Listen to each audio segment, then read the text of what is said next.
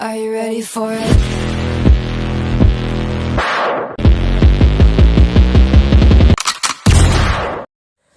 Assalamualaikum warahmatullahi wabarakatuh. Halo teman-teman, kita ada tugas lagi nih dari Mapel SKI. Mau tahu apa yang akan kita bahas? Pasti kalian bertanya-tanya. Nah, yang akan kita bahas kali ini yaitu mengenai sejarah perkembangan Islam di Asia Tenggara.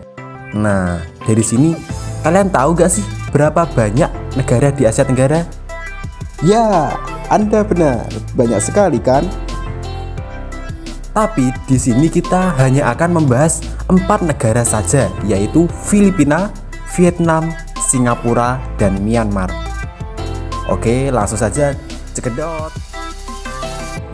Oke teman-teman, sejarah perkembangan Islam di negara yang pertama adalah Filipina. Pulau ini merupakan pulau yang bergunung-gunung. Lalu salah satu gunung yang paling tertinggi di Filipina adalah Gunung Apo. Selanjutnya, Pulau Mindanao berbatasan langsung dengan Laut Sulu di sebelah barat, Laut Filipina di sebelah timur, dan Laut Sulawesi di sebelah selatan. Dan juga, mayoritas penduduk Mindanao dan pulau di sekitarnya adalah beragama Muslim. Selanjutnya, Islamisasi awal di Sulu dapat diklasifikasikan dalam beberapa tahap. Antara lain, yang pertama, tahap pertama terjadi pada seperempat terakhir abad ke-13 atau lebih awal ketika pedagang asing mendiami kawasan ini. Yang kedua, yang diperkirakan terjadi pada paruh kedua abad 14 adalah kelanjutan dari pendirian kumpulan keluarga muslim yang secara bertahap melakukan dakwah ke masyarakat setempat. Tahap ketiga adalah kedatangan Muslim Melayu dari Sumatera pada permulaan abad ke-15. Tahap selanjutnya ialah pendirian Kesultanan oleh Sariful Hasim menjelang tengah abad ke-15. Oke teman-teman, selanjutnya adalah hubungan antara Muslim Filipina dan dunia Islam secara umum dilakukan melalui umat Islam Asia Tenggara yang lain. Hal ini disebabkan dengan kedekatan kultural, terutama religiusitas bangsa Moro dan bangsa Melayu. Nah, hal ini dibuktikan dengan fakta bahwa sebelum penggunaan bahasa Arab menjadi populer, buku-buku agama di Mindanao dan Sulu kebanyakan berbahasa Melayu yang ditulis dalam aksara Jawi, dan hanya sedikit orang yang mampu membaca huruf Arab pada masa itu. Vietnam merupakan salah satu negara komunis di dunia dan bernama resmi Republik Sosialis Vietnam. Negara ini terletak di ujung timur semenanjung Indochina, kawasan Asia Tenggara.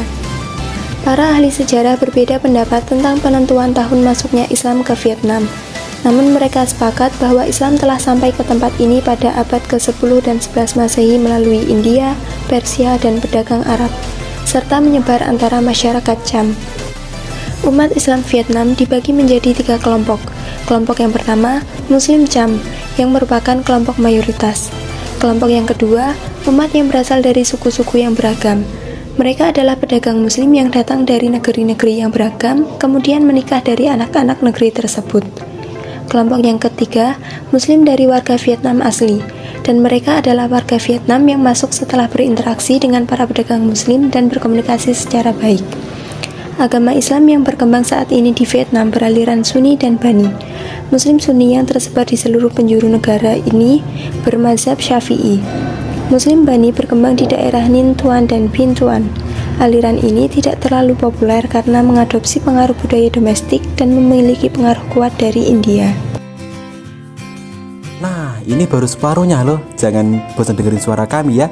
Oke, lanjut. Selanjutnya yaitu Singapura.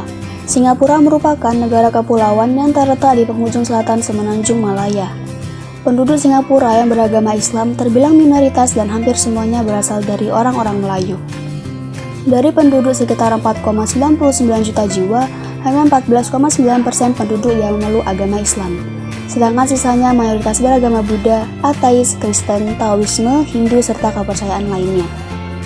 Singapura telah menjadi rute bagi pedagang orang Muslim dari Timur Tengah sejak abad ke-15 yang merupakan sejarah masuknya Islam di Singapura.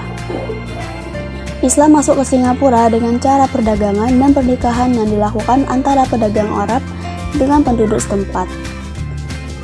Mazhab yang dianut oleh umat muslim di Singapura adalah mazhab Syafi'i dengan paham teologi Asy'ariyah. Dalam perkembangan selanjutnya, umat Islam di Singapura terbagi menjadi dua kelompok besar, yaitu migran yang berasal dari dalam dan luar wilayah. Kelompok migran dari dalam wilayah berasal dari Jawa, Sumatera, Sulawesi, Riau, dan Bawean. Kelompok ini identik dengan etnis Melayu. Adapun kelompok migran dari luar wilayah yang terbagi menjadi dua kelompok penting, yaitu Muslim India yang berasal dari subkontinen India pantai timur dan pantai selatan India, dan keturunan Arab khususnya Hadramaut. Migran yang berasal dari luar wilayah secara umum berasal dari golongan Muslim yang kaya dan terdidik.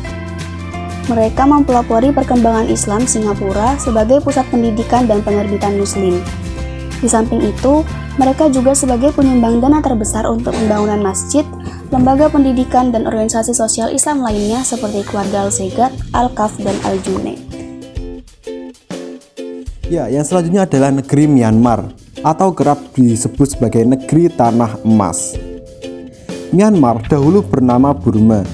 Islam di Myanmar merupakan kelompok minoritas di tengah-tengah agama Buddha. Kaum muslimin pada umumnya tinggal di provinsi Arakan. Islam masuk ke Myanmar melalui jalur dakwah dan perdagangan, tetapi belum tersebar luas walaupun telah tersebar ke sejumlah wilayah seperti Arakan. Islam di Myanmar bermula dari kaum muslim di Arakan yang berasal dari suku Rohingya.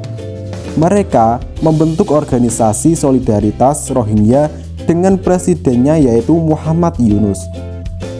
Organisasi solidaritas Rohingya pernah meminta kepada OKI untuk menekan pemerintah Myanmar agar menghormati hak-hak minoritas muslim sebagaimana yang dilakukan OKI terhadap pemerintah Bulgaria. Sikap Muslim Rohingya terhadap sosialis Myanmar terbagi menjadi dua. Yang pertama yaitu kelompok yang berintegrasi dengan partai sosialis yang berkuasa, bertujuan untuk melindungi kelompok minoritas dari kekerasan penguasa. Yang kedua yaitu kelompok muslim yang membentuk organisasi gerakan pembebasan menentang pemerintah Myanmar.